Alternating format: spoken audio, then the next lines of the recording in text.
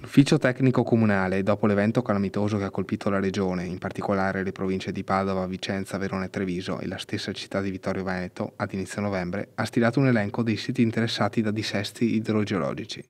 Tra i casi più evidenti, Vive TV ha raccolto la testimonianza di Danilo Dussin, la cui azienda vinicola è stata colpita da una frana di notevoli dimensioni.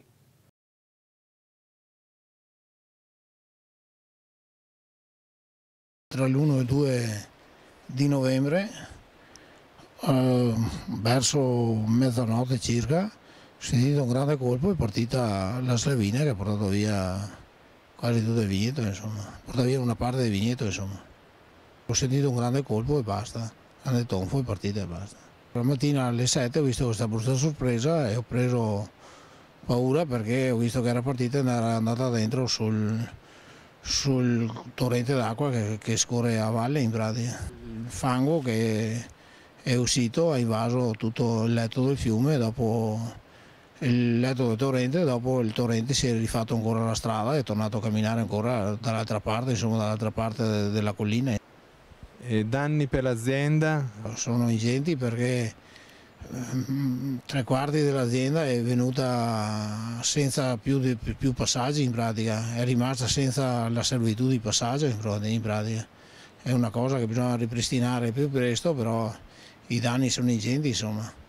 Però la paura più grande che è non è, sì, è il danno che hanno fatto, però è che sta scivolando ancora e va nel torrente e con altri una decina neanche di metri, 9-10 metri, e vai a intaccare la sede stradale in pratica. La paura è quella che dopo si va a creare danni anche a terzi, insomma, a cose terze, insomma.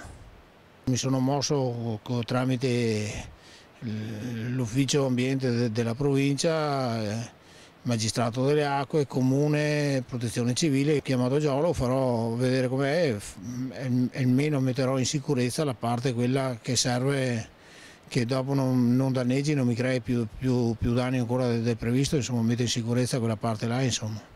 Quindi tanta paura, però pensiamo anche in modo positivo per i prossimi giorni, per il futuro. Sì, senz'altro, questo sì, insomma.